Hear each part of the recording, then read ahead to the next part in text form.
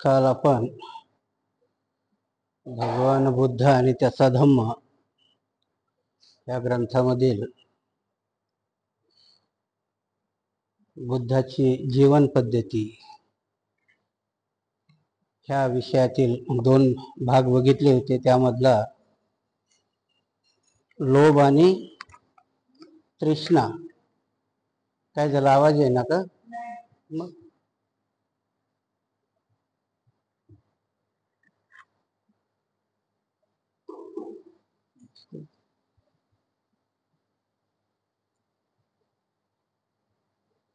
लोभ आणि तृष्णा हा चॅप्टर आपण बघितला होता। त्याच्यामध्ये आपण लोभ काय आहे, तृष्णा काय आहे आणि तो खरंच बुद्धाचा जीवन मार्ग आहे का, लोभ आणि तृष्णेशिवाय आपण आचरण केलं पाहिजे, हा बुद्धाचा जीवन मार्ग आहे। मला एका जणाने कालच प्रश्न विचारला की भंतेजी तुम्ही म्हणता लोभ बाळगला नाही पाहिजे, पण जेव्हा आम्ही शिकत होतो तेव्हा आम्हाला पत्रलेखन शिकवताना खाली आपण लिहितो की नाही, कळावे लोभ असावा, असं पत्र आम्ही लिहायचो। त्याचा अर्थ काय? तर मला थोडासा प्रश्नच पडला। प्रश्न तर चांगलाच आहे ना, आम्हाला लहानपणी शिकवलं, पत्राच्या खाली लिहित होते की नाही, कळावे लोभ असावा। आणि बुद्ध धर्म सांगतो की लोभ आणि तृष्णा बाळगू नका। आणि मग तेव्हा मी त्यांना सांगितलं की हा प्रचार कधीपासून सुरू झाला की जेव्हा इथून बौद्ध लोप पावले, आणि म्हणून त्यांनी सुरुवात केला की कळावे लोभ असावा, कारण लोभाशिवाय दुसरे धर्म चालूच शकत नाही। आणि म्हणून बुद्धाने तुम्हाला, कारण बरेचशा बुद्धाच्या गोष्टी अशा आहेत की त्या प्रचलित नसल्यामुळं आपल्याला त्या अवघडल्यासारख्या वाटतात, आणि इथंच धम्म आहे। त्याला व्याख्याही त्यांनी अनुरूप दिल्या। लोभ असावा म्हणजे काय असावं की माणसाप्रती सामंजस्य असावं, देणं घेणं चांगलं असावं, त्याला लोभ म्हटलं। आणि जसं मी मागे सांगितलं होतं की शब्दाच्या व्याख्या जशा बदलतात त्याप्रमाणेच बऱ्याचशा गोष्टीच्या व्याख्या बदलल्या। कारण पूर्व तुम्ही जर आताही बघितलं की बुद्धाच्या संकल्पनेमध्ये सांगतात की राग द्वेष संपवला पाहिजे, काढून टाकला पाहिजे। आता राग आणि द्वेष काय, तर रागाची त्यावेळेची व्याख्या आसक्ती होती, आता रागाची व्याख्या काय, क्रोध आहे ना, तुम्ही दुसऱ्यावर केलेला क्रोध म्हणजे आता राग म्हणता तुम्ही त्याला। बुद्धाच्या काळामध्ये त्याला आसक्ती म्हणायची, म्हणजे राग आणि दोष किंवा आसक्ती आणि मोह ह्या कंबाईन हे होत्या। त्याचप्रमाणे लोभ हाही त्यावेळेचा जो अर्थ होता, लोभ म्हणजे माणसाच्या मनातली एक प्रकारची आसक्ती आहे किंवा दुसऱ्याचं घेणं आहे।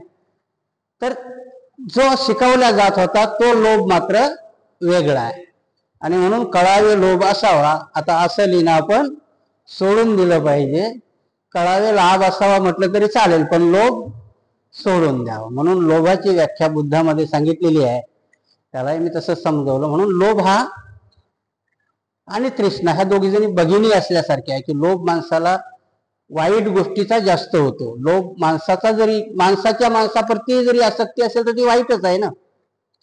कुठल्याही गोष्टीमध्ये की बुद्धाने सांगितलं की कुठली चांगली गोष्ट की आपल्याला आवडणारी गोष्ट जर हरवली तर मात्र दुःखच होतं। म्हणून लोभ हा वाईटच आहे। मग तो चांगल्या गोष्टी करता जरी तुम्ही लोभ केला तरी त्याचा हरवणं किंवा त्याच्या आपल्यापासून निघून जाणं हे वाईटच आहे। म्हणून कालचा आपण तो चॅप्टर बघितला तर लोभ आणि तृष्णा ह्या याच्यामध्ये आता दुसरा चॅप्टर आहे क्लेश आणि द्वेष। काही काही शब्द बघा कसे समानार्थी असतात त्याच्यामध्ये। आता क्लेश आणि द्वेष काय आहे, क्लेश आणि द्वेषाची व्याख्या, क्लेश म्हणजे आपण दुसऱ्या प्रती केलेली एक प्रकारची घृणा आहे। होतं ना कधी कधी की हा माणूसच मला आवडत नाही, कधी त्याच्याबरोबर तुमचा संवादही घडलेला नसतो। आता मला सांगा, आपण महात्मा गांधीला पाहिलंय का? नाही, पण आम्ही ऐकून ऐकून ऐकून महात्मा गांधीविषयी आमचं एवढं मन कलुषित झालेलं आहे की आमचा कुठलाही वक्ता उठतो त्या महात्मा गांधीवर भाषण जोडतो आणि मग आम्हाला त्याच्या फक्त काय होतं, क्लेश उत्पन्न होतो, की आम्ही काही काही गोष्टी अनुभवलेल्याही नसतात, काही काही गोष्टी आम्ही पाहिलेल्याही नसतात, पण त्याच्याविषयी आम्हाला क्लेश होतो. क्लेशाचं दुसरं मूळ आहे द्वेष. द्वेष म्हणजे तिटकारा, एखाद्या माणसाचा द्वेष करणं. शक्यतोवर सून सासूचा करते आणि सासू सुनेचा द्वेष करते. आणि म्हणून क्लेश आणि द्वेष बाळगणं हे बुद्ध धर्माच्या आचरणामध्ये बसत नाहीये. कसं ते आता आपण बघूया. कोणालाही क्लेश देऊ नका व दुसऱ्या संबंधी द्वेष भावना बाळगू नका. हा बौद्धाचा जीवन मार्ग आहे, की ज्याप्रमाणे जिवंत घोडा हा चाबकाचा फटकारा अंगावर पडण्याला संधी देत नाही, त्याप्रमाणे लोकांना आपली निंदा करायला संधी देत नाही. असा या जगात दोषरहित पुरुष कोणी आहे का? जसं एखादा जातीवंत घोडा असतो की त्याच्या पाठीवर जर एकदा स्वार बसला तर तो स्वाराला चाबूक खाण्याचा मार्गही ठेवत नाही, कारण तो त्याच्या चालीने चालत असतो. त्याचप्रमाणे इथे बाबासाहेब म्हणतात की माणसाचंही वर्तन असं असावं की त्याच्याविषयी निंदा करण्याला कुठेही जागा ठेवू नये. परंतु ते प्रश्नार्थक वापरले की ह्या जगात असा माणूस कुठे सापडेल का? मला तरी नाही वाटत सापडेल म्हणून. कारण निर्वाणाची व्याख्या एवढी सोपी आहे की माझ्याविषयी कोणाला त्रास होता कामा नये आणि दुसऱ्यापासून मला त्रास होता कामा नये, त्याला निर्वाणाची व्याख्या केली. म्हणून असं जगात कोणी माणूस सापडेल का आता? कारण एवढा सद्गुणी माणूस सापडला की तो अरंत असेल ना, की ज्याच्यापासून आपल्याला कोणाला त्रास होत नाही किंवा ज्याच्यापासून कोणालाही त्रास नाही आणि जगापासून त्यालाही त्रास नाही. कारण निंदा केल्याशिवाय कधी कधी त्या तुकाराम महाराजाचाच एक अभंग आहे, निंदकाचे घर असावे शेजारी तेने मुक्तिचारी साधी गेल्या. आता तुकाराम महाराज खोटे लिहितील का? नाही. बुद्धाने सांगितले की निंदा करणारा आपला शिक्षक असतो. टीकास्त्र म्हटले की नाही. कारण बाबासाहेबांनी एका ठिकाणी लिहिलं होतं आणि सल्ला दिला होता की जेव्हा तुमच्या कुठल्याही आचरणावरती तुमचा विरोधक टीका करत असेल तर तुम्ही समजायचं की तुम्ही बरोबर चालला. पण जर मात्र तीच तुमच्या हितचिंतकाने टीका केली तर मग समजायचं आपण कुठेतरी चुकतोय. आता इथे बाबासाहेबांनी परत ते सांगितलं की हितचिंतक कोण आहे हे शोधणं मात्र खूप अवघड आहे, कारण प्रज्ञावंत माणूसच हितचिंतक शोधू शकतो. तर दुसऱ्या बाजूला त्यांनी काय सांगितलं की जेव्हा तुमचा विरोधक तुमच्या कृतीची स्तुती करू लागेल मात्र तेव्हा तुम्ही तुमचं आत्मपरीक्षण करायचं की आपण कुठेतरी चुकतो आहोत. आणि म्हणून की टीका करणं याला द्वेष तर नाही म्हणता येणार, कारण टीका करणं ही एक तुमच्यातली कमी दाखवून देण्यासारखं आहे.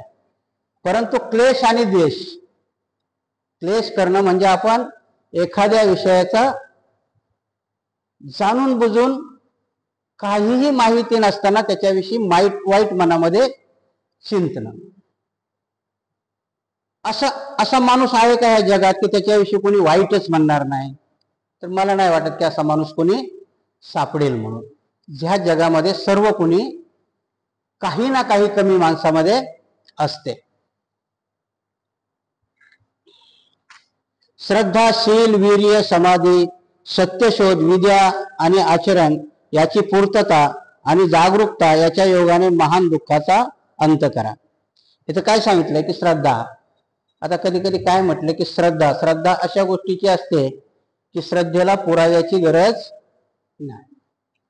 कधी आपण म्हणतो की नाही की ह्या गोष्टीवर माझी श्रद्धा आहे, त्या गोष्टीवर माझी श्रद्धा आहे, पण श्रद्धेला पुरावा लागत नाही. आणि म्हणून की श्रद्धा ही एक पारमिता जरी सांगितली पण श्रद्धेला पुराव्याची जोड पाहिजे, नाही तर मग ते काय होते, अंधश्रद्धा होते. श्रद्धा तर होते पण ती अंधश्रद्धा होते. म्हणजे कुठलाही आचार विचार न करता त्याच्यावर ठेवलेला विश्वास म्हणजे ती अंधश्रद्धा. तर तुम्हाला सुखी व्हायचं असेल तर श्रद्धा, शील, वीर्य, समाधी, सत्यशोध, विद्या आणि आचरण याची पूर्तता आणि जागरूकता यांच्या योगाने महान दुःखाचा अंत करता येतो. आणि ह्या गोष्टी जर तुम्ही ठेवल्या तर मग याच्यामध्येच आहे की तुम्हाला द्वेष आणि क्लेश जर टाळायचे असतील तर ह्या गोष्टीचं आचरण केलं पाहिजे, तर तुमचा दुःखाचा अंत होऊ शकतो आणि तो बुद्धाचा जीवन मार्ग आहे. क्षमा परम तप आहे, निर्वाण परमपद आहे असे बुद्ध सांगतात. दुसऱ्याची हिंसा करणारा व दुसऱ्यांना त्रास देणारा प्रव्रजित खरा श्रमण होऊ शकत नाही. कारण श्रमणही कोणाला म्हटले त्यांनी की जर दुसऱ्याला त्रास देणारा किंवा दुसऱ्याची हत्या करणारा, मग हत्या ही नुसती हत्यारानंच केली पाहिजे असं नाही, तर काया वाचा मनानेही हत्या करणारा हा कधी श्रमण होऊ शकत नाही. तर द्वेष आणि क्लेश ह्या पुढच्या गोष्टी आहेत. कोणाची निंदा करणे, कोणालाही क्लेश न देणे व प्रतिमोक्षाच्या नियमाचे पालन करणे हा बुद्धाचा उपदेश आहे. कोणाची निंदा न करणे. आता आपण जर साध्या वातावरणात जरी वागायला गेलो तर सगळी निंदेपासूनच सुरुवात होते. दोन माणसं जरी भेटले आणि तिसऱ्याचा विषय निघाला तर दोनच गोष्टी होतात ना, एक तर निंदा किंवा स्तुती.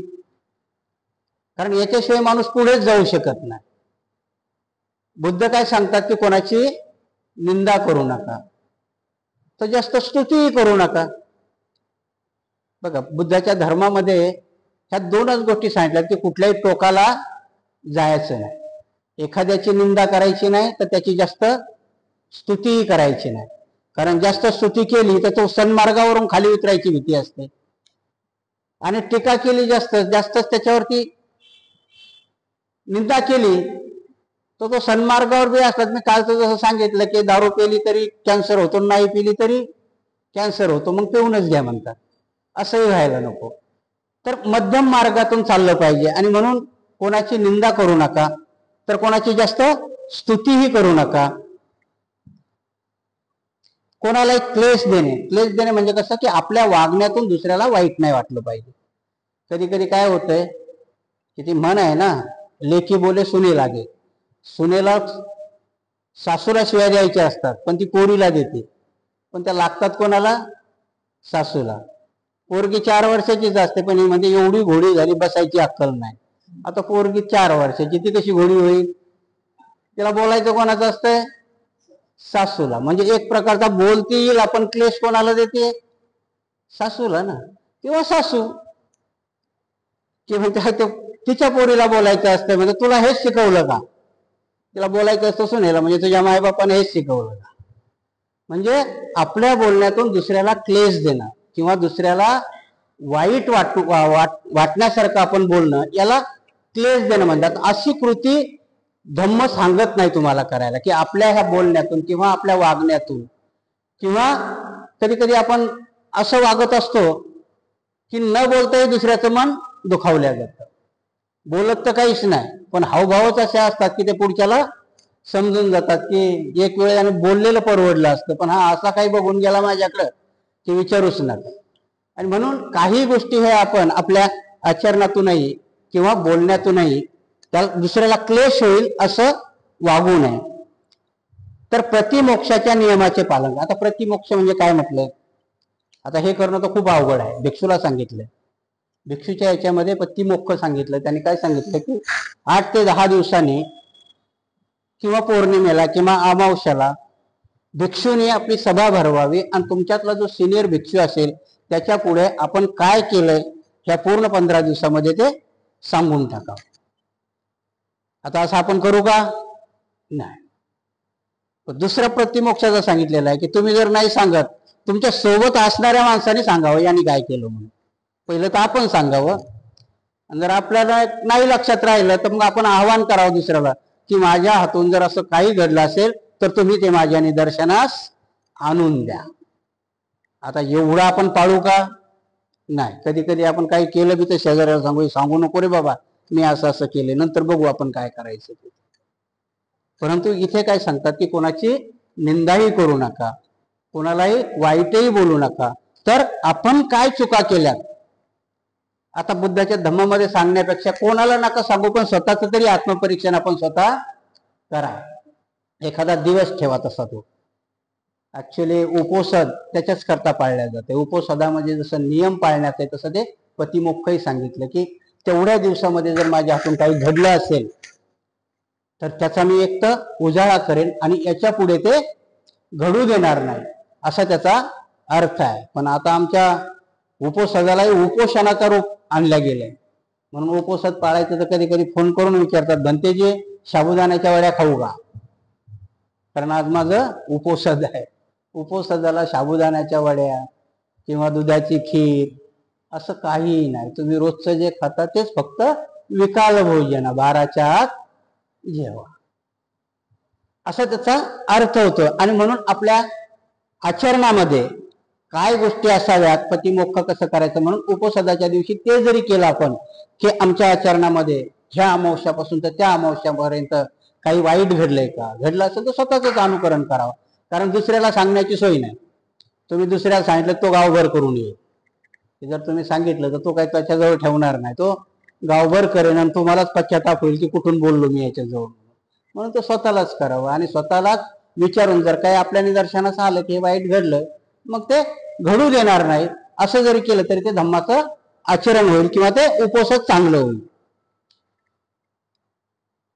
स्वतः हिंसा करू नका किंवा हिंसा करणाऱ्या दुसऱ्या लोकांना सहाय्यही करू नका.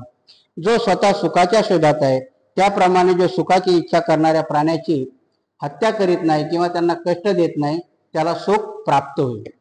आता जसं आहे की जसं आपण सुखाच्या शोधात आहोत, तसं प्रत्येक प्राणी सुखाच्या शोधात. ह्या दुनियेमध्ये सगळेच जण जे जगतात ते सुखाकरता जगतात. मग माणूस माणूस असेल, बाई बाई असेल, प्राणी प्राणी असतील. तर इथं आपल्याला हिंसेचा अर्थ काय सांगितलाय, की जसं आपल्याला सुखी राहावं वाटतं, आपल्याला आनंदात बागडावं लागतं, तसं दुसऱ्यालाही वाटतं. आणि म्हणून त्याचं कुठलंही सुख तुम्ही हिरावून घेऊ नका. कारण त्याचं सुख जर तुम्ही हिरावायला जाल तर ती एक प्रकारची हिंसा आहे. आणि अशा प्रकारची स्वतःही हिंसा करू नका आणि दुसऱ्याला हिंसा करायला मदत करू नका. मग आपण कशी मदत करतो? आपण तर करत नाही, पण सांगून टाकतो की बघ ते तसं तसं तुझ्याविषयी बोललंय, माझं नाव काही सांगू नको, तुम्ही दोघी तिकडे मारामाऱ्या करत बस. आता ते जर नसतं सांगितलं दोघांच्या मारामाऱ्या होतील का? नाही. ठेवा ना आपल्या जवळच.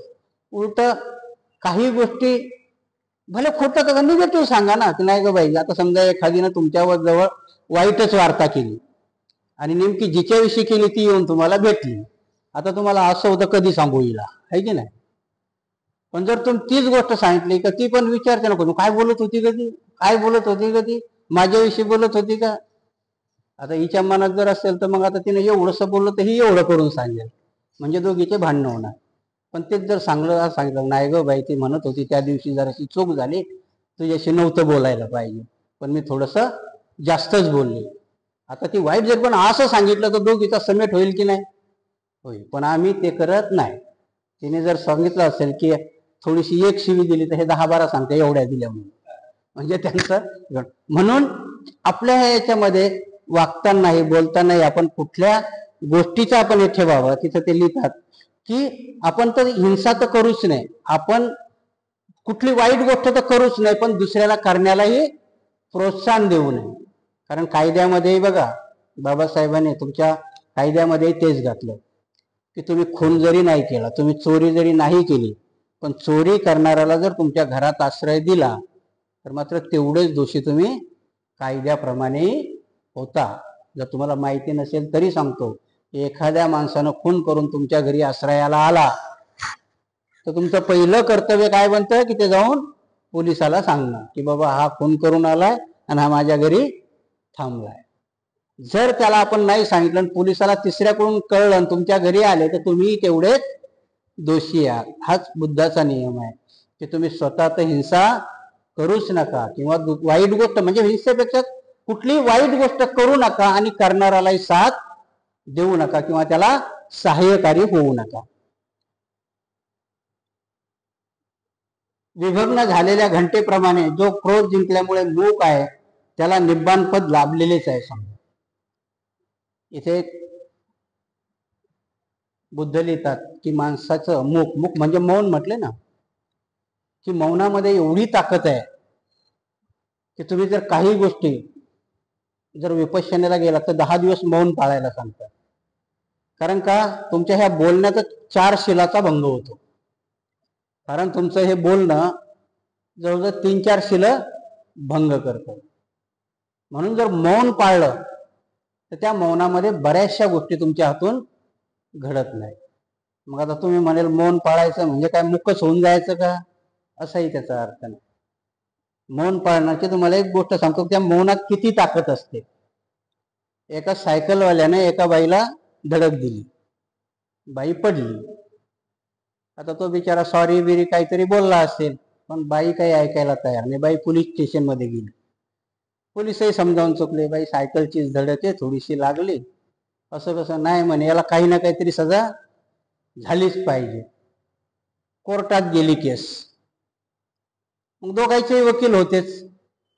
मग या माणसाचाही वकील होता, पण याच्या वकिलांनी सल्ला दिला की म्हणे तुला त्यांच्या वकिलांनी काही विचारलं तरी तू बोलायचं नाही, चुप राहायचं म्हणे. असं का म्हणे? नाही बोलायचंच नाही म्हणे, तरच आपण जिंकणार, नाही तर आपण काही जिंकणार नाही. मग आता तो कटघऱ्यात उभा राहिला. मग त्यांचा वकील आला, त्याला विचारलं तुझं नाव काय? हा चूप. तू ह्या बाईला धडक मारली का? हा चूप. तो वकील म्हणे तू काय मुका आहेस का? तरी हा चूप. तुला ऐकू येत नाही का? तरी हा चूप. तिकडे त्या बाईची चुळबुळ व्हायला लागली आणि बाई तिकडच्या गटघऱ्यातून जोरात ओरडली, म्हणे अरे मेल्या, तेव्हा मोठा बोलत होता बाई मागव वय, बाई मागव वय, आता का तुझी दातखिळ बसली म्हणे. तेव्हा वकील बोलला, साहेब म्हणे माझा असेल त्याला बोंबलो बोंबलो सांगत होता, पण ही बाई काही ऐकली नाही. मग काय करण्याच्या, सायकलला घंटी नव्हती. तिथे फैसला होता. सांगण्याचा का काल्पनिक कथा जरी असली तर तुमच्या मौनात एवढी ताकद आहे की तुमच्या हातून कुठलंही वाईट कृत्य वाचेचं तरी घडू शकत नाही. आणि म्हणून भगवान बुद्ध इथं सांगतात की काही क्रिया करण्यापेक्षा तुम्ही मूक राहिलेलं अतिउत्तम आहे. म्हणजे तुमच्या हातून द्वेषही घडणार नाही आणि कोणाला तुमच्यापासून क्लेशही होणार नाही.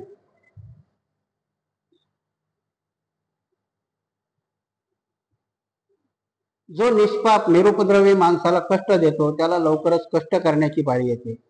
जो क्षमारूप वस्त्र परिधान केल्यामुळे शोभद, शांत, संयत आणि शुद्धाचरणी आहे, जो दुसऱ्याचे दोष काढत बसत नाही, तो खरोखरच श्रमण अथवा भिक्खू होय.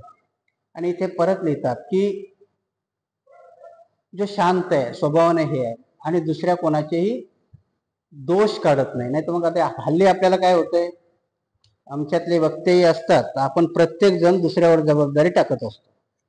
मग कधी कधी आमची लोक येतात आणि सांगतात की भिक्षू लोक बौद्ध धर्माचा बरोबर प्रचार करत नाही, त्यांचं लक्ष फक्त खाली दक्षिणेवरतीच आहे. बाबा तू काय करतो आहे की नाही, आपण ते नाही बघा. दुसऱ्याचे दोष काढण्यात आपल्याला अति आनंद वाटतो, परंतु तो दुसऱ्याचे दोष काढत असताना माझी जबाबदारी काय हे मात्र आम्ही विसरून जातो. दोष दुसऱ्याचे जरी असतील पण तुम्ही जर ते दोषच काढत बसलात तर मग मात्र तुम्ही तुमचे कर्तव्य विसरून जाता. आणि म्हणून का सांगितलं की दुसऱ्याचे दोष काढू नका, दुसऱ्याच्यावर टीका करू नका, तर आपण आपल्या पद्धतीने आपण कसे वागतो. आणि म्हणून मला वाटतं ते येशू ख्रिस्तानीच म्हटलं होतं की एका बाईने काहीतरी मला वाटतं व्यभिचार केला होता म्हणून सगळं गाव तिला दगड मारत होतं. तर मग ते पुढे आले आणि ते सांगितलं काय झालं, तर म्हणे या बाईने पाप केलं. ते म्हणलं ठीक आहे, ज्याने पाप केलं त्याला सजा तर भेटायलाच पाहिजे, पण सगळेजण असे बाजूला व्हा म्हणे आणि त्याच माणसाने पुढे या की त्याने आयुष्यात कोणी पापच केलं नाही, त्याने मात्र ह्या बाईला दगड मारायचा अधिकार आहे. मग कुणीच नाही पुढे आलं, कारण प्रत्येकाला माहित होतं की मी काही ना काहीतरी केलेलंच आहे. तसंच आहे की आम्ही आमच्या स्टेजवरून आमच्या याच्यावरून मात्र आम्ही दुसऱ्याला जेव्हा दोष द्यायला लागतो, दुसऱ्याने हे केलं पाहिजे जेव्हा म्हणायला लागतो, तेव्हा ते आम्ही केलंय का, आमची भूमिका काय आहे, आम्ही तरी ते करण्यापर्यंतच्या पात्रतेचे आहोत का, आणि मग दुसऱ्यावर टीका करण्याची आम्हाला खरोखर नैतिक जबाबदारी किंवा नैतिक अधिकार भेटतो का, हे आम्ही कधीही विचार करत नाही. आणि धम्माच्या बाबतीतही तेच होतं की आम्ही प्रत्येक जण सांगतो, मग आम्ही प्रत्येकावर टीका करत असतो. काय होतं तर म्हणजे भारतीय बौद्ध महासभेवाले करत नाही, काय होतं तर मग भिक्षू संघ करत नाही, काय होतं तर मग बौद्धाचार्य करत नाही. मग करतोय कोण? कुणीच करत नाही. आणि जो करतो त्याला आम्ही करू देत नाही. म्हणून काही काही गोष्टी फक्त नुसत्या नावं ठेवण्यात आणि टीका करण्यात त्या घालवू नका. स्वतःचं आत्मपरीक्षण करा. म्हणून एक प्रकारची टीका करणं किंवा दुसऱ्याला नावं ठेवणं याच्यामध्ये एक प्रकारचा त्याचा द्वेष करण्यासारखंच आहे. म्हणून आपण आपली भूमिका काय आहे, मी काय करू शकतो, इथून सुरुवात करावी आणि दुसऱ्याला दोष देणं थांबवावं. हेच बौद्धाच्या जीवनाचा मार्ग आहे, चालण्याचा मार्ग आहे. क्षमारूप वस्त्र परिधान केल्यामुळे शब्द शांत संयमी व शुद्ध चरणी आहे. जो दुसऱ्याचे दोष काढत बसत नाही तो खरोखर श्रमण अथवा भिक्खू आहे. चाबकाचा फटकारा या अंगाला लागू नये याची जसा जातीवंत घोडा काळजी घेतो, त्याप्रमाणे या जगात आपल्याला दुसऱ्याचा शब्द लागू नये म्हणून आपल्या आचरणाचा लज्जेने संयम करणारा असा या जगात एक तरी मनुष्य आहे का. आणि जसा घोडा की बाबा मला चाबूक मारू नये म्हणून तो त्याच्या चालीने चालतो, तसं मलाही कोणी नाव ठेवू नये, मलाही कोणी वाईट म्हणू नये. म्हणून शक्य तेवढ्या चांगल्या आचरणाचं आपण अनुसरण केलं तर मग मात्र आपल्याला कोणी वाईट म्हणणार नाही. तेवढा आपण प्रयत्न केला पाहिजे. आणि तसा प्रयत्न करणाऱ्या माणसाला किंवा तसा आचरण करणाऱ्या माणसाला सदाचारी किंवा भिक्षू असे म्हणता येईल. जर माणसाने निरुपद्रवी शुद्धाचरणी आणि निष्पाप मनुष्याला उपद्रव केला तर ज्याप्रमाणे वाऱ्यावर फेकलेली धूळ फेकणाऱ्यावरच येऊन पडते, त्याप्रमाणे त्या माणसाला त्या उपद्रवाचा दुष्परिणाम भोगावा लागतो.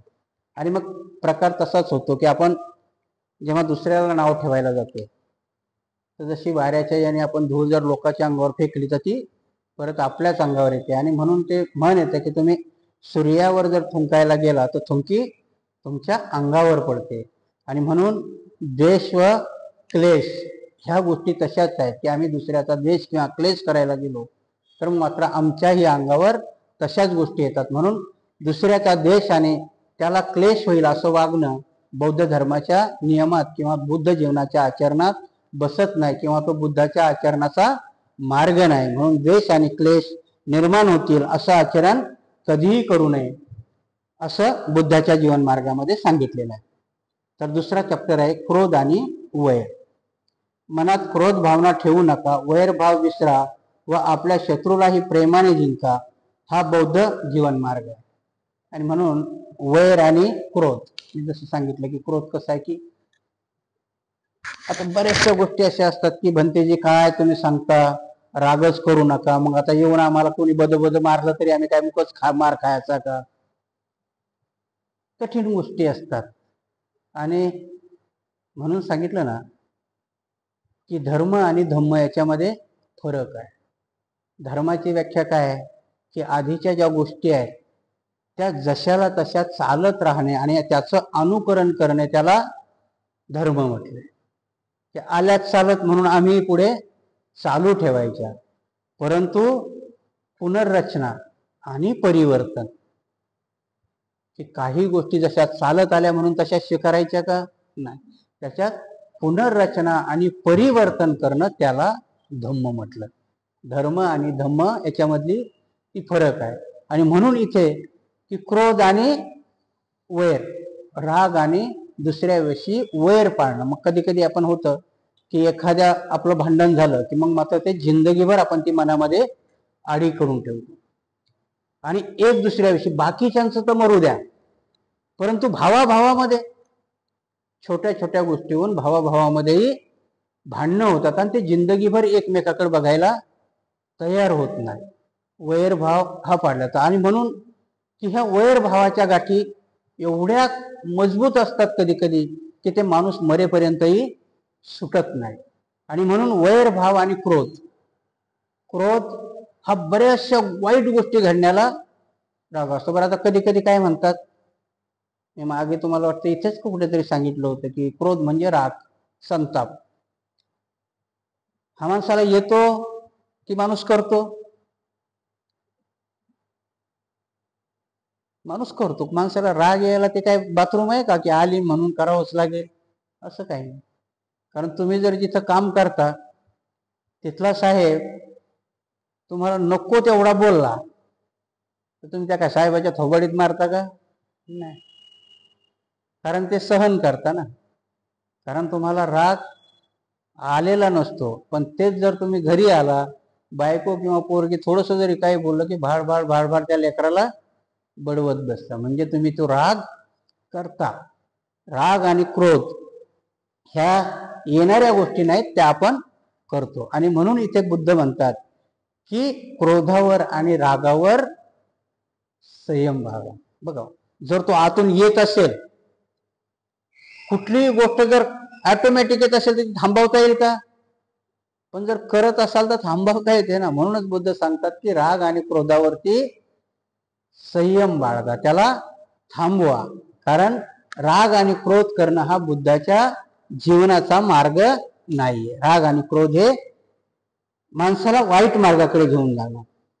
जो मला अपशब्द बोलला, त्याने मला वाईट रीतीने वागवले, त्याने माझ्यावर कुरघोडी केली, मला लुबाडले, असा विचार ज्याच्या मनात वावरत असतात, त्याच्या क्रोध विकार कधीही शमत नाही. आणि जर तुमच्या मनामध्ये तुम्ही नेहमी नेहमी तेच ठेवलं की मला तो तसा बोललाय, मला त्याने ते तसं केलंय, मला त्याने असं केलं, ते जर सतत तुमच्या मनामध्ये राहत असलं तर मग मात्र तो विकार शमणार नाही.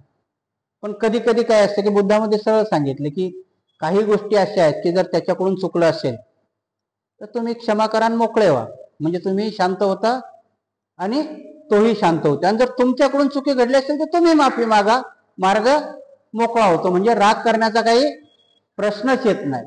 आणि म्हणून दोन्ही गोष्टीला, आता तुम्ही म्हणा क्षमा मागण्यालाही खूप मोठं धैर्य लागतं. क्षमा मागण्या हे साध्या सुध्या माणसाचं काम नाही. राग करणं कोणीही करू शकतं. तुम्ही जर सांगितलं की जा त्याला 2 शिव्या देऊन ये, तर जाऊन येऊ शकतो. परंतु क्षमा मागणं हे माणसाचं खूप धैर्याची गोष्ट आहे. आणि म्हणून तुम्हाला राग आणि क्रोध याला मिटवायला क्षमाशीलता, तुमच्या मनामध्ये क्षमाशीलता निर्माण होणं, आणि ती जर निर्माण झाली तर क्रोध आणि रागावरती तुम्ही विजय मिळवू शकता.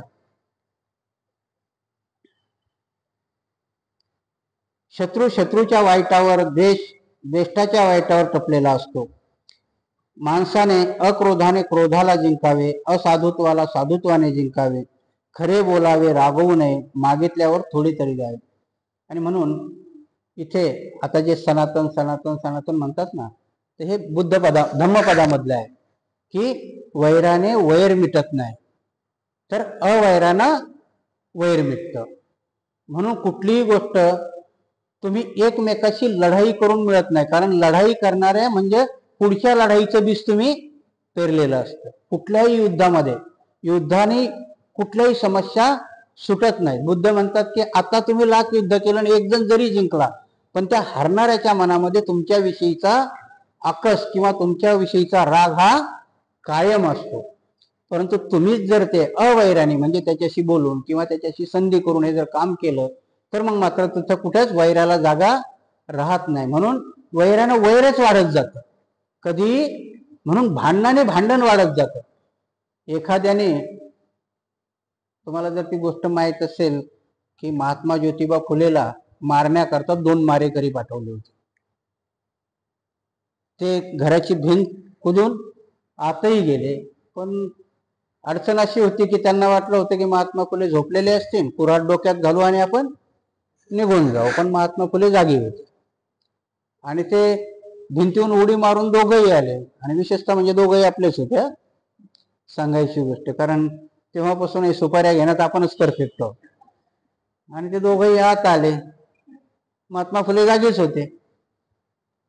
महात्मा फुलेनं बघितलं तर महात्मा फुले तेवढे बुद्धिमान तर होते की दरवाज्यातून येणारा भीतीहून उडी मारून एक चोर असेल किंवा मला मारायला आला असेल म्हणून तो उठून बसतात. आणि जेव्हा ते दोघं येतात तर दोघांच्या हातात कुऱ्हाडी असतात. मग महात्मा फुले त्यांना म्हणतात, का रे बाबा काय झालं? तर म्हणजे तुम्हाला मारायलाच चालू. ठीक आहे मारा, मग मला मारायचं पण अगोदर सांगा की मला मारून तुमचा काय फायदा काय होणार आहे. आता या येड्यांना जास्तीत जास्त 200 रुपये कबूल केले असतील ना तेव्हा, कारण त्यावेळेचे 200 खूप मोठे आहेत. महात्मा फुले म्हणतात की ठीक आहे, 200 रुपयात तुझं काम जर तुझ्या मुलाबाळांचं यांचं सगळ्यांचं भागत असेल तर ठीक आहे, मला मार, थांब जरा थोडंसं, माझ्या बायकोलाही उठवतो ना, म्हणजे नाही तर परत उद्या तिचीही सुपारी घाल, तुम्ही दोघालाही मारा. कारण ह्या एवढ्या याच्यामध्ये पुढच्याच्या मनात येतं की हा माणूस आरडाओरडाही करत नाही किंवा कोणाला उठवतही नाही, आणि सरळ सांगतो की माझ्या बायकोलाही उठवतो, कारण ती पुरावा देईल ना उद्या तुम्ही यालात म्हणून. आणि तुमच्या पूर्ण आयुष्याचं त्याच्यात भागणार जर असेल तर मग हरकत नाही आम्हाला मारायला. आणि बघा तो चमत्कार होतो की ते मारत तर नाहीच, पण मात्र जिंदगीभर ते महात्मा फुलेचे बॉडीगार्ड होतात. कारण ते सांगण्याचा उद्देश काय आहे की जर महात्मा फुलेने ते तिकडून कुऱ्हाड घेऊन आले आणि हे इकडून दांडकं घेऊन त्यांच्याकडे गेले असते तर मग होऊ शकतं की मारामारी झालीच असते. पण त्यांनी आपल्या प्रज्ञेने त्यांना समजावून सांगितलं की ह्या 200 रुपयामध्ये तुझी जिंदगी जाणार नाही, पण मला मारल्यानंतर उद्या पोलीस येतील, तुलाही पकडतील, तूही जेलात जाशील आणि मग मात्र तुझी जिंदगी नरक होऊन जाईल. आणि हे जेव्हा त्यांना कळतं तेव्हा ते महात्मा फुलेला मारत नाही तर त्यांचे बॉडीगार्ड बनतात. मग त्याचा अर्थ काय बुद्धाचा कुठं तत्व लागू पडलं की वैरानी वैर समाज नाही, ते अवैरानिक क्षमता ते तुम्ही त्याला सांगू. तसं तुम्ही सासूबाईला दोष द्या. तर मी मागे तुम्हाला इथंच गोष्ट सांगितली होती की इथे सांगितली करून परत एकदा सांगतो की एक सुनबाई असते आणि नांदायला आल्यावर मग सासू आवडत नाही, खूप त्रास होतो तिला, पण आता करायचं काय. पण बाप तिच्यावाला जादूगार असतो सुनबाईचा. मग घरी जाऊन बापाला ते सांगते की बाबा काही करा, सगळं घर चांगलं आहे, तिचा नवरा तर एकदम सोन्यासारखा, पण सासू खराब आहे, तिला मारून टाका, जादू येते ना तुम्हाला. बाप समजदार असतो, म्हणतो बाई आताच जर मारलं तर तू नवीन नवीन लग्न झालंय, तू ही जलात जाशील, तुला 2-4 फटके दिले तू सांगशील बापाने मारलं म्हणून, मी जलात जाईल. मग म्हणे असं करतो, एक औषध देतो तुला की रोज एक एक थेंब टाकत जा आणि सासूला 5-6 महिन्यांनी सासू मरून जाईल, म्हणजे तुझ्यावर काही येणार नाही, माझ्यावर येणार नाही. ते म्हणते हा चांगला आहे, पण एक आट आहे म्हणे. काय? हे औषध दिल्यानंतर मात्र एवढे चांगले चांगले पदार्थ करून सासूला खायला घालायचे आणि ह्या 6 महिन्यात सासू नाराज होणार नाही एवढी काळजी घ्यायची. कारण ती नाराज झाली की या दवेचा असर होणार नाही. चालेल म्हणे, 6 महिने त्रास भोगते, म्हातारी एकदाची तर जाईल म्हणे. आणि मग तो प्रयोग चालू होतो. अर्थ कसा आहे बघा. आणि मग ती रोज एक थेंब टाकते, सासूबाईला देते आणि रोज मात्र कधी शिरा, कधी पुरी, कधी खीर असे पक्वान्न बनवायला सुरू होते. कामाला जात असते. सासूला 2-3 दिवसात कळतं की बरं असा फरक असं, तिचं पोरग असं ती सासू सांभाळत असते. म्हणजे सुनेत एवढा फरक कसा आला. सासूत परिवर्तन व्हायला लागतं. मग सासूबाई आपल्या कमऱ्याच्या चाव्या काढतात आणि सुनबाईच्या हातात देऊन टाकतात, म्हणजे हे बघ, हे तुझं घर, हे तुझं दार, आजपासून तुझं तू सांभाळ, त्याच्या तिजोरीत काय तेच तुझं बघा. सुनेलाही वाटतं की सासूला आज काय झालं. आणि ह्या 3 महिन्याचा पिरियड जाता जाता दोघींच्याही मनामध्ये एवढी माया उत्पन्न होते की सासू म्हणते की मी हिला वाईट समजत होते, ही वाईट आहेच नाही, रोज एवढे एवढे चांगले चांगले पदार्थ करून खाऊ घालते. सुनेलाही वाटते की पहिली सासू मी घरी येईपर्यंत नुसती पलंगावर पडून असायची, आता मी येईपर्यंत घरबीर झाडून भिडून घेते, पाणी भरून ठेवते, जेवणही बनवून ठेवते संध्याकाळचं. आणि मग मात्र ते मरायचे 3 दिवस बाकी राहतात तेव्हा सुनेची चलबिचल होते. तिला वाटते की नाही आता सासू मरू नये. तशीही चांगली आहे. आणि तसंही मी आल्यानंतर ती एक वेळचं काम तर करते, जर मिली तर संध्याकाळचं माझं पोरगही कोण सांभाळून, संध्याकाळची भाजी भाकरी कोण करून ठेवल. आणि मग मात्र 3 दिवस अगोदरच आपल्या बापाकडे जाते आणि सांगते की आता नका मारू हिला. अरे म्हणे असं कसं होईल, आता ते औषध तर सगळं पोटात गेलं, 3 दिवसांनी ती मरणार आहे. नाही नाही म्हणे बाबा करा काहीतरी, सासू चांगली आहे हो, मला कळलीच नाही ती पहिली. बरं म्हणे काय हरकत नाही, मी दुसरी दवा देतो. आता पहिल्याही दवात त्यानं काही विष दिलंच नव्हतं, परंतु तो एक फॉर्म्युला असतो. म्हणून वैराने वैर कधी क्षमत नाही. तुमच्यामध्ये तुम्ही जर एकमेकाच्या दृष्टीने एकमेकाकडे जर चांगल्या भावनेने किंवा चांगल्या विचाराने राहिला तर मग मात्र तुमचं वैर संपून तुमची मैत्री व्हायला वेळ लागत नाही. कारण वैराने वैर वाढत जातं अजून. तसंच इथे सांगितलं की तुम्हाला कुठलाही क्रोध आणि कुठलाही राग हा तुम्ही त्याचा संयम केला तर मग मात्र तुम्हाला चांगल्या याच्यातून होतं की बुद्धाच्या आचरणे कुठलाही राग आणि वैर पकडून आचरण करत नाही. ज्यामुळे वैर वाढते, पराजित मनुष्य दुःखात मग्न होऊन बसतो, परंतु ज्याने जयापजयाच्या कल्पनेचा त्याग केलाय असा शांत पुरुष सुखाने झोप घेतो. आणि म्हणून कधी कधी बघा की ज्याला कशाचंच भान नाही, आपलं जर भांडण झालं ना, जो मारून गेलाय तोही झोपत नाही, ज्याने मार खाल्लाय तोही झोपत नाही. कारण ज्याने मार खाल्लाय याचा सूड घ्यायचा सुडाग्नी असतो की त्यांनी मला मारून गेलाय, आता मी कधी त्याला मारेन. आणि जो मारून गेलाय त्याच्या मनात भीती असते की रातच्या येऊन हा माझ्या डोक्यात दगड न टाकावं. दोघंही झोपतात का? कशामुळे? फक्त वैरानी वैर, भांडणाने भांडण वाढत जातं. परंतु तिथेच जर समजा कुठल्याही कारणावरून यांचं भांडण झालं असेल आणि त्या कारणाच्या मुळाशी ते गेले असतील, दोघांनी सामोपचाराने विचार केला, तर मग मात्र शांतपणाने केलेला त्याच्यावरचा तोडगा मग दोघालाही शांतपणाने झोप येईल. आणि म्हणून इथे सांगितलंय की वैराने वैर वाढतं. शांत माणसाला जर तुम्ही क्रोध आणि राग वैर सोडून दिलं तर मग मात्र तुम्ही शांतपणाने झोपू शकता. कामाग्नीसारखा अग्नी नाही आणि द्वेषासारखे दुर्दैव नाही, उपादान स्कंदासारखे दुःख नाही आणि निर्वाणापेक्षा मोठे सुख नाही. आणि म्हणून की तुम्हाला जो कामाग्नी आहे म्हणजे माणसाच्या मनामध्ये उत्पन्न होणाऱ्या ज्या वैर भावनेच्या किंवा क्रोधाच्या अग्नी आहे त्या कधी क्षमत नाही. क्रोध आणि वैर ह्या जर तुम्ही अग्नी किंवा या तृष्णा किंवा या इच्छा जर समावल्या तर मग मात्र तुम्हाला निर्वाण किंवा मोक्ष कशाला म्हणतात याचा आनंद मिळाल्याशिवाय राहत नाही. म्हणून बुद्धाच्या जीवन पद्धतीमध्ये, जीवन मार्गामध्ये क्रोध आणि वैर याला थारा नाही. जो बुद्धाच्या मार्गावरून टाकतो चालतो त्याने क्रोध आणि ह्या गोष्टी दूर ठेवल्या पाहिजेत. हा बुद्धाचा जीवन मार्ग आहे. पाचवं प्रकरण आहे मनुष्य, मन आणि मनोमन. आता मनुष्य, मन आणि मनोमळ. मनुष्य आहे तर मनुष्याला एक प्रकारचं मनही आहे आणि मन आहे तर मग मनामध्ये चित्तमळ म्हटलेत ना तसे मळही आहे. कारण प्रत्येक माणसाच्या शरीरामध्ये एक मन आहे आणि त्या चित्तामध्ये, त्या मनामध्ये मळ आहे. मग ते कधी चांगले मळ आहेत, कधी वाईट मळ आहे. आणि ह्या याच्यावरती चालणं किंवा याच्या मन घडविले तसा मनुष्य होतो.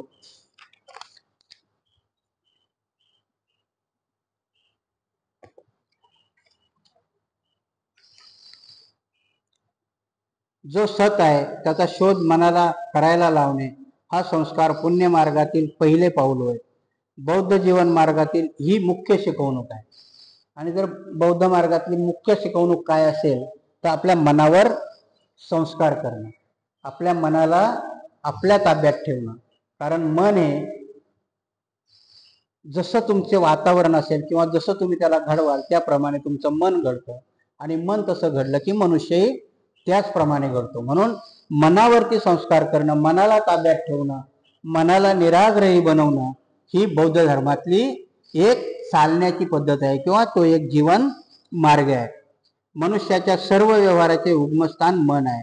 त्याचे सर्व व्यवहार मन प्रधान आहे. मनुष्य जर दुष्ट चित्ताने बोलेल किंवा वागेल तर चालत्या बैलगाडीचे चाक बैलाच्या पायाचा पाठलाग करते, त्याप्रमाणे दुःख अशा दुष्ट चित्ताने वागणाऱ्या मनुष्याच्या मागे लागते. मनुष्य जर शुद्ध चित्ताने बोलेल किंवा वागेल तर कधी न सोडणारी मनुष्याची छाया ज्याप्रमाणे त्याच्याबरोबर असते त्याचप्रमाणे सुख सदोती त्याच्याबरोबर राहते. आणि म्हणून सुखाच्या दोन्ही गोष्टी आहे की मनामध्ये जर तुम्ही वाईट गोष्टी वारंवार मनामध्ये आणल्या तर मग मात्र कृती ही वाईट होते. आणि जर वाईट कृती केली तर जसं बैलाच्या पाठीमागं गाडीचं चाक जातं तसं दुःख तुम्हाला तुमचा पिछा सोडणार नाही. म्हणून मनामध्ये कधीही वाईट विचार येऊ नका. पण तेच जर मनामध्ये तुम्ही वाईट विचार आला, मनावर चांगले संस्कार केले तर मग मात्र तुमच्या हातून काही वाईट होत नाही. तर जशी माणसाची सावली माणसाला कधीही एकटी सोडत नाही, तसंच तुम्ही जर चांगलं कर्म केलं तर सुखही तुम्हाला कधीही एकटं सोडणार नाही. म्हणून मनावरती आणि बुद्धाच्या खरं तर बुद्धाचा जवळजवळ सर्व धर्माचं आचरण आणि हे सगळं मनाच्या संस्कारावरती आहे. मनाला खूप मोठा दर्जा दिलेला आहे. कारण मनच तुमच्यावाला. कारण तुकाराम महाराजाचाही मी तुम्हाला एक दिवस तो अभंग सांगितला होता की तुकाराम महाराज एक दिवस असे रस्त्याने चालले होते आणि पेरू विकणारी बाई चालली आणि मग तो एक हिरवा कच्च पेरून तुकाराम महाराजाचं मन त्या पेरूवर गेलं. जवळ पैसे नाहीत आणि मग म्हणून त्यांनी पाठीमागून त्या बाईच्या टोपलीतला पेरू चोरला. पण दुसऱ्या क्षणाला त्यांच्या चित्तात निर्माण झालं की चोरी चांगली नाही, मी तर ही चोरी केली. आणि म्हणून तुकाराम महाराजांनी तिथे अभंग लिहिला की आधी मन धर रे हाती मग पूज गौरी गणपती. जर तुमचं मनच तुमच्या हातात नसेल तर गौरी आणि गणपतीला पूजून काही अर्थ नाही. त्याच्या पुढे ते जातात, तो पेरू शेणामध्ये बुडवतात आणि मग तोंडाजवळ नेतात. कारण तुझीच इच्छा झाली ना म्हणतात खायची, मग आता खा. असं खासाल का तुम्ही? मनावर संस्कार करायचे तर ह्या पद्धतीने करावं लागते की जर मन तुम्हाला एका बाजूला ओढतंय तर त्या मनाला ती कृती दाखवावं लागेल. जसे तुकाराम महाराजांनी तो पेरू शेणामध्ये बुडवला, तसं तुमच्या मनालाही समजावं लागेल की पठ्या तुझा वाईट विचार करतो रे, त्याचं वाईट होईल. म्हणून तुकाराम महाराजांना जसं, आता प्रत्येक गोष्टच काय तुम्हाला शेणात बुडवायला मी सांगणार नाही, पण मनाला तसं तुम्हाला समजावता आलं पाहिजे की मनाने जर वाईट घेतलं तर त्याचे परिणाम शरीरावर होतात. कारण कुठलीही गोष्ट ह्या जगामध्ये, कुठलीही गोष्ट तुम्हाला पुस्तक जरी लिहायचं ठरलं तरी ते अगोदर माणसाच्या डोक्यात निर्माण व्हावं लागतं, माणसाच्या मनात निर्माण व्हावं लागतं. तोपर्यंत ते कागदावर उतरेल का? नाही. आणि म्हणून बाबासाहेबाला जेव्हा प्रश्न विचारला होता की तुम्ही तर ग्रंथप्रेमी आहात, बाबासाहेबांनी ग्रंथाकरता 4 माळ्याचं घर बांधलं ना. राजगृह कशा करता बांधलं होतं? केवळ पुस्तकाकरता. आणि मग तुम्ही एवढे ग्रंथप्रेमी माणूस असताना, मनुस्मृती हा एक ग्रंथच आहे ना, तुम्ही तो का जाळला? तर बाबासाहेब म्हटले की मी तो ग्रंथ नाही जाळला, ते लोकांच्या डोक्यातले वाईट विचार जाळले. कारण कुठलंही पुस्तक असेल किंवा कुठलीही वाईट गोष्ट असेल ती अगोदर तुमच्या मनात निर्माण होते आणि मग ती डोक्यात जाते, डोक्यातून मग तुमच्या कृतीत त्या उतरते. म्हणून तुमच्या मनामध्ये जर तुमचं मन चांगलं असेल तर कृतीही चांगल्या होतात. आणि म्हणून मनावरती संस्कार करणं किंवा मनाचा व्यायाम करणं याला बुद्धामध्ये, कारण बुद्धाला बुद्धत्व कशाने प्राप्त झालं की जेव्हा ते ध्यानाला बसले, तेव्हा ध्यान म्हणजे मनाला एकाग्र करणंच आहे ना. कुठलीही गोष्ट तुम्हाला की म्हणजे मनाला जोपर्यंत तुम्ही तुमच्या ताब्यात घेत नाही, मनाला तुम्ही तुमच्या शुद्ध करत नाही, तोपर्यंत तुम्हाला बुद्धत्व किंवा अरहंत पद किंवा मोक्ष किंवा सद्गती की ज्या पायऱ्या आहेत त्या चढत जाणार, की एका एका पायरीहून जरी तुम्हाला वर जायचं असेल तर मात्र त्या मनावर तुम्हाला त्या प्रकारे संस्कार करावे लागतील.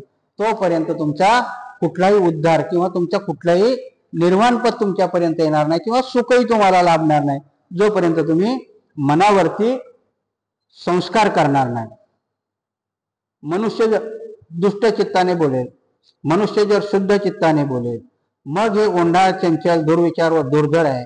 बाण करणारा जसा बाणाला सरळ करतो तसा बुद्धिमान पुरुष मनाला एकाग्र व सरळ करतो. पाण्याबाहेर काढलेली मासोळी ज्याप्रमाणे तडफडते त्याप्रमाणे माराच्या म्हणजे कामदेवाच्या तावडीतून सुटण्यासाठी मन व्याकुळ असते. ज्याचा निग्रह करणे फार कठीण आहे, जे फार चंचल आहे, जे सदैव सुखासाठी वखवकलेले असते, अशा मनाचे दमन करणे फार उत्तम आहे. कारण दमन केलेले मन फार सुखदायक असते. आणि म्हणून कधी आपल्या मनाला ते कधी वखवकलेलंच असतं. मन कधीच समाधानी होत नाही. मन कधी, म्हणून म्हणतात ना की मन चित्तितो वैरी ना चिंती. मनातल्या ज्या काही गोष्टी असतात, कधी कधी तुमचं मन, तुम्ही जर एकांतात असेल, मुलगा बाहेर गेला असेल तर मनात वाईट गोष्टी येतात. ऍक्सिडेंटचं झालं नसेल, काही त्याला भेट झालं नसेल, कोणी त्याला अडवलं तर नसेल, कोणी मारलं तर नसेल, येतात ना ह्या गोष्टी कधी कधी मनामध्ये. कारण मन हे कधीही निगेटिव्ह जास्त वागतं आणि म्हणून त्याच्यावर संस्कार करणं जरुरी असतं. जोपर्यंत तुम्ही त्या मनाला सदृढ बनवणार नाही, मग तुमच्या मनामध्ये भावना येईल की कारण मी माझ्या मुलावर चांगले संस्कार केलेले आहेत म्हणून माझ्या मुलावर संकट कधीच येणार नाही. कारण माझा मुलगा चांगला आहे, धर्माच्या आचरणानुसार वागतो म्हणून त्याला कुणीही मारू शकणार नाही. माझा मुलगा कुठल्याही नियमाचं उल्लंघन करत नाही म्हणून त्याचा ऍक्सिडेंट होणं शक्य नाही. मनाच्या 2 प्रतिक्रिया आहेत ना.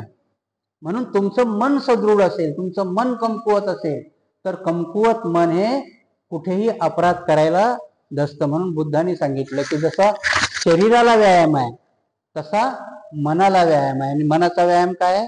ध्यान किंवा विपश्यना. आणि म्हणून मन आणि माणूस आणि चित्तमल ह्या माणसामध्ये जडलेल्या गोष्टी आहेत.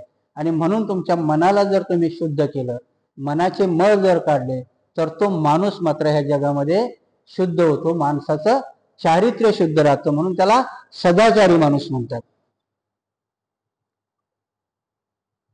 त्याचा निग्रह करणे फार कठीण आहे. जे फार चंचल आहे, जे सदैव सुखासाठी पकलेले असते, अशा मनाचे दमन करणे फार उत्तम आहे. कारण दमन केलेले मन फार सुखदायक असते. तो आपल्या स्वतःस एक दीप बनव. परिश्रमाचे चित्तमळ नाहीसे होईल.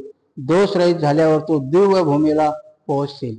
आणि मग बुद्धाचा एक चांगला मंत्र तुम्हाला माहित असेल की आत्मदीप भव, की माणूस स्वतःला स्वच्छ करू शकतो, माणूस स्वतःला पवित्र करू शकतो. कारण तुम्हाला दुसरं कुणीही शुद्ध करू शकत नाही किंवा तुम्हाला कोणीही सुधारू शकत नाही.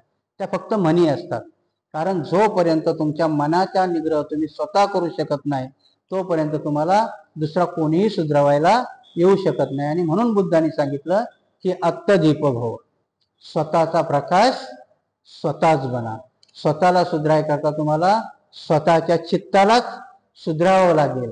कारण आपण असं किती जरी म्हटलं, कारण कधी कधी काय म्हणतात की आमच्याकडे बी बरेचसे जण येतात ना की हा खूपच दारू पितो भंतेजी, याला 10 दिवसाच्या शिबिरात बसवून टाक. असं कधी होतंय का? बसवतात. आम्ही बघतो, सुधारला तर सुधारला, नाही सुधारला नाही. आता श्रावण महिन्याची गोष्ट मी तुम्हाला सांगितली होती. हिंदू धर्मात पण लोक दारू नाही पित, दाढी नाही करत, केस वाढवतात. मग लोक आपण विचार करतो ना की जो माणूस 1 महिनाभर नाही पिऊ शकत तो सोडून द्यायला पाहिजे ना. मनाची प्रक्रिया आहे बघा. ते मन का तयार होतं? कारण त्या मनाला समजावलेलं असतं की बाबा 1 महिनाभर नाही प्यायचं. मग ते मन त्या दिवसाची वाट बघतं, तोपर्यंत सांगत असतं ते. कारण रोज एक प्रकार त्या मनाला समजवत असतं की आजच्या दिवस थांब, त्या दिवशी आपण असं करू, त्या दिवशी. आणि म्हणून त्यांच्या धर्माने 2 दिवसाच्या सुविधा करून ठेवलेल्या आहेत की श्रावण महिना व्हायच्या अगोदर त्यांच्याकडे गटारी असते आणि श्रावण महिना संपलापैकी गटारी असते. आणि म्हणून बौद्ध धर्मामध्ये आपल्या मनाला नेहमी संस्कार करायला सांगितले.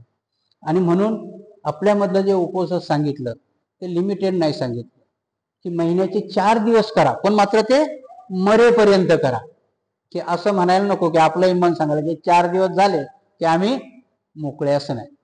की महिन्यातले 4 दिवस पण ते मरेपर्यंत करा, किंवा महिन्यातला 1च दिवस करा पण तो मरेपर्यंत करा. त्या मनाला सांगून टाका की तुझी मंजिल संपली, आता हे आपल्याला नेहमीच करायचं.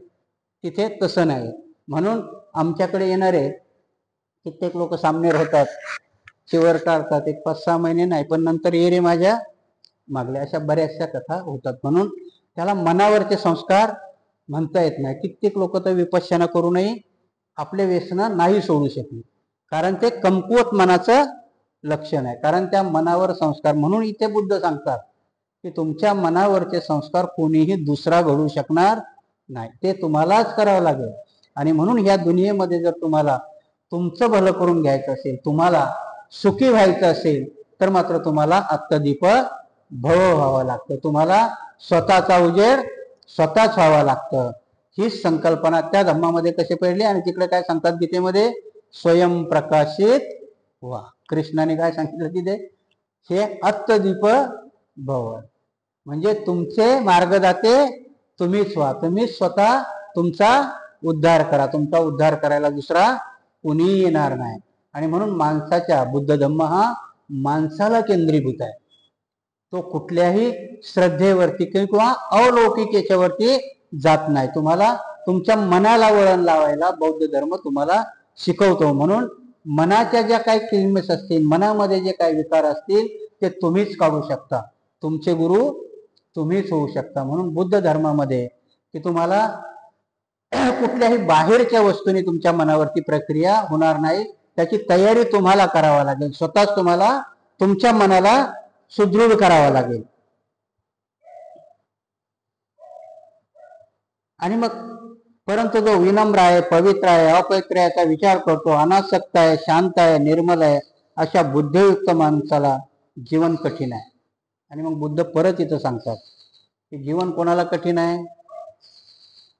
की जो हा सगळा विचार करतो त्याला ते कठीण वाटणारच.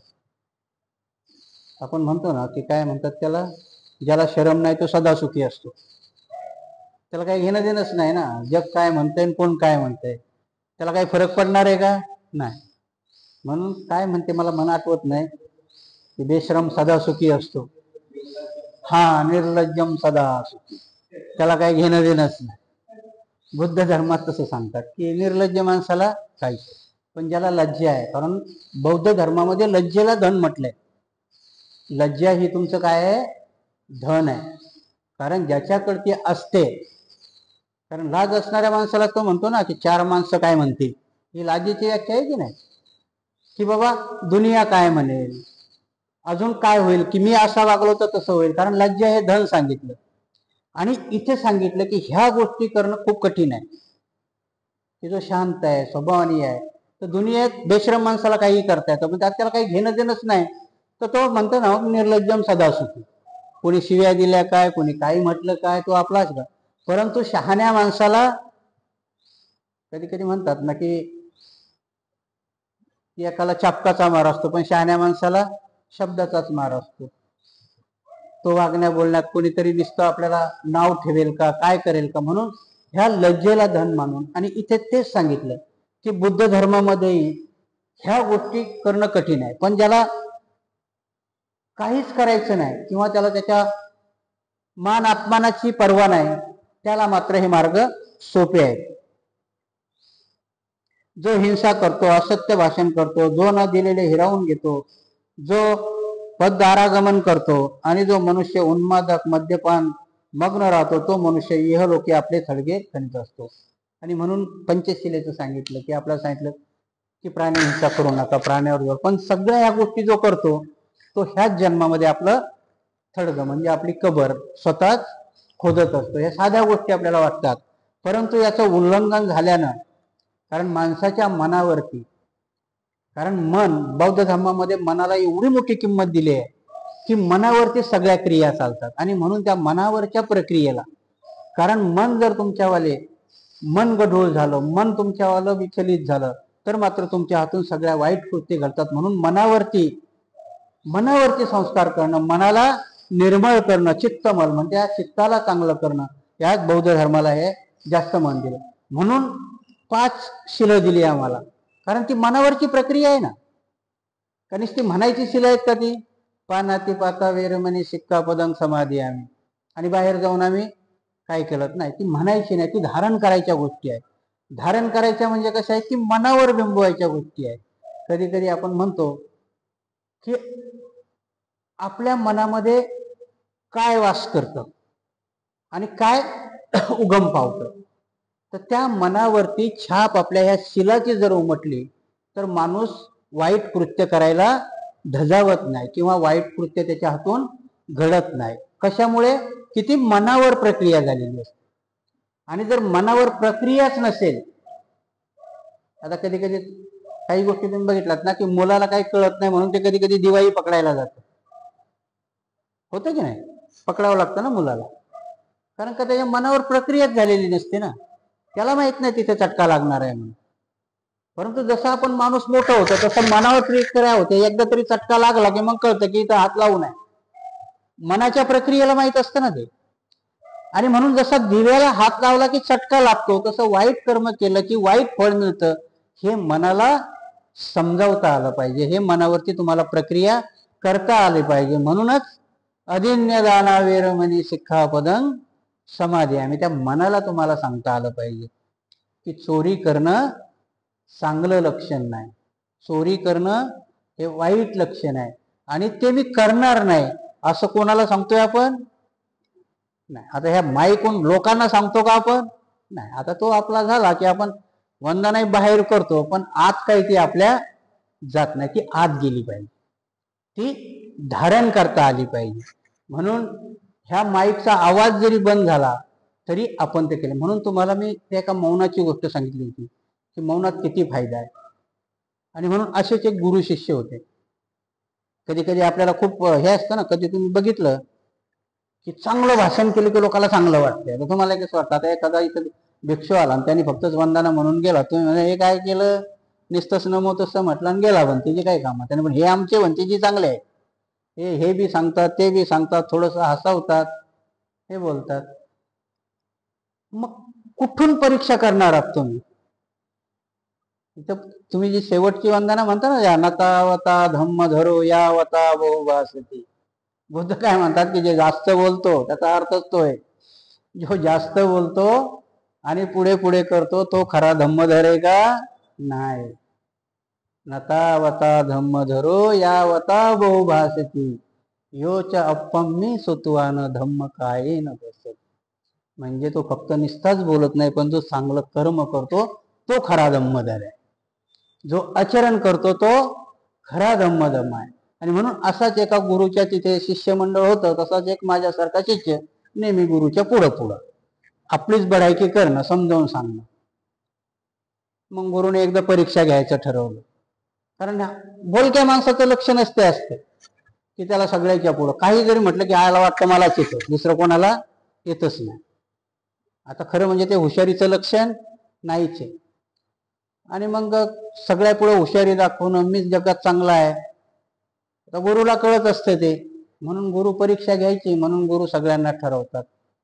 सगळ्यांना एक टास्क दिला जातो की हे 8 दिवस तुम्ही हे करायचं, 8 दिवस तुम्ही ते करायचं, ते करायचं. आणि हे जर झालं की तुम्ही ह्या ज्ञानामध्ये परफेक्ट झाला. आणि जर मग नाही झाला तर मग मात्र माझ्या इथं तुम्ही राहायचं नाही, गुरुकुलात तुम्ही आपल्या घरी निघून जायचं. आणि मग हा जास्त बोलका असतो, तर मग सगळ्याला दिल्यानंतर मग काय येतो, गुरुजी मला काहीतरी द्या. गुरुजी म्हणतात तुला द्यावा लागेल काहीतरी. काय देऊ? नाही नाही म्हणे, असं काहीतरी अवघड द्या. म्हणे अवघड काहीच नाही देत, तुला साधा देतो, महिनाभर तू बोलूच नको म्हणे. प्रश्न पडला का? म्हणे हा साधं आहे म्हणे, काय गोष्ट मोठी आहे, हे तुम्ही सहज करेल, ह्याच्यापेक्षा काहीतरी भारी द्या. काय नाही म्हणे, एवढं तर करा अगोदर. 1 महिनाभर तू काही बोलायचंच नाही. आता आपला कुटीमध्ये गेला 1 दिवस, 2 दिवस, 3 दिवस, पण नंतर मात्र परेशान झाला. कारण न बोलता जगणं खूप, तुम्ही प्रयत्न करून बघा, न बोलता जगणं खूप भयानक आहे. कारण बाहेरचे आवाज बंद होतात पण आतले आवाज चालू होतात. आणि मग 3ऱ्या दिवशी आला, बोलला तर नाही, पण एका चिठ्ठीवर लिहून दिलं की भंतेजी मी पागल होईल, कारण मी जर नाही बोललो तर मला आतून ते हे व्हायला लागलं. भंतेजीने बी आपलं लिहून ठेवलं, ठीक आहे नसेल जमत तर बोलून जा घरी. पण त्या दिवशी त्याचे डोळे उघडले की बोलून फायदा होत नाही. आणि मग त्याने ठरवलं की नाही, मी बघूच आता काय व्हायचं. आणि मग जेव्हा तो 8 दिवस झाले, 15 दिवस झाले, आणि मग त्याने आतले आवाज ऐकायला आला. तुम्ही आजही बघा, जर तुम्ही खरोखर मौन झालात तर बाहेरचे आवाज तुम्हाला ऐकू येत नाहीत, मग आतले क्लेश तुम्हाला बोलायला लागतात. आतला तुमच्यातले दुर्गुण तुम्हाला बोलायला लागतात. आत तुमच्यामध्ये काय आहे ती प्रक्रिया चालू होते. म्हणून मौनामध्ये एवढी ताकद आहे की बुद्धाला बुद्धत्व प्राप्त झालं त्याच्यामुळे. आणि म्हणून मौन जो धारण करतो आणि मग त्याने 1 महिनाभर तो शांत राहिला. गुरुजींनी ठरवलं की नाही यांनी जिंकलं म्हणे, आता तो माझ्या आश्रमात राहिला. पण त्याने परत ते केलं की गुरुजी नाही, आता मी परत मला अजून काहीतरी शोध लावायचा, म्हणून जातो जंगलामध्ये. आणि जेव्हा तो जंगलात जातो आणि एका झाडाखाली शांत चित्ताने बसतो आणि परतच येत नाही 5-6 महिने, तेव्हा या गुरु भाऊला यांना वाटतं की याला वाघाबिगानी खाल्लं असेल. परंतु तो 1 वर्षांनी परत येतो आणि मग सांगतो गुरुला की गुरुजी ह्या मौनामध्ये एवढी ताकद आहे, मौनामध्ये एवढं आहे की मला ह्या सृष्टीचा सिद्धांत पण कळाला. म्हणजे त्याला काय मिळालं होतं? निर्वाण मिळालं होतं त्याला मिळालं. म्हणे की आपल्या मौनामध्ये एवढी ताकद आहे, कारण मौन हे तुमच्या मनावरती काम करतं, मौन हे तुमच्या मनाला शांत करतं. आणि म्हणून माणूस जिथे आहे तिथे माणसाच्या मनामध्ये एक मन आहे, आणि त्या मनामध्ये चित्तमळ आहे. हे चित्तमळ आपल्यातले नष्ट करणं आणि त्या मनावरती प्रक्रिया करणं हेच बुद्धाच्या धर्मातला एक जीवन मार्ग आहे. आज आपण बुद्धाच्या जीवनातील, बुद्धाच्या धम्मातील मनुष्य मन आणि चित्तमळ हे प्रकरण पाहिलं. उद्या आपण दुसरं प्रकरण बघूया.